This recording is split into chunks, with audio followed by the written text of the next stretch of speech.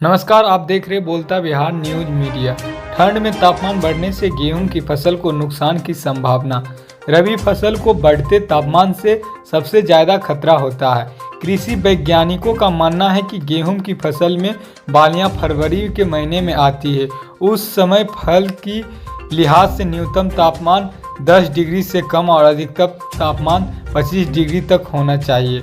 ठंड में तापमान बढ़ने से गेहूं की नुकसान की आशंका से किसानों को चिंता सताने लगा है। दिसंबर महीने के कुछ चंद दिन बचे हैं। दिसंबर महीना अपनी ठिठुरन वाली सर्दी के लिए जाना जाता है, लेकिन अभी के मौसम को देखते हुए किसानों को सावधान रहना चाहिए क्योंकि गेहूं की फसल खराब हो सकती है। गेहूं की फसल को ठंडे वातावरण की ज़रूरत होती है। ऐसे में हालिया मौसम की गर्मी को देखते हुए आशंका है कि गेहूं उत्पादन पर इस मौसम के प्रतिकूल पर असर पड़ सकता है। आमतौर पर दिसंबर के महीने में तापमान में गिरावट देखी जाती है, लेकिन रबी सीजन की शुरुआत में ही गेहूं जैसी फसल के लिए अनुकूल तापमान नहीं देखा जा रहा है। पौधा 20 से 25 दिन का ही हुआ है। किसान गेहूं के खेतों में दूसरा पानी देने को मजबूर है।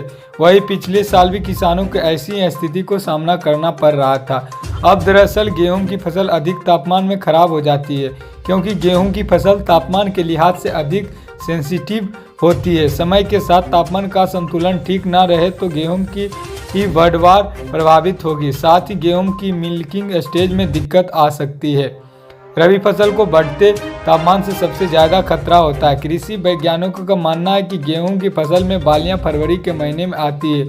उस समय फसल के लिहाज से न्यूनतम तापमान 20 डिग्री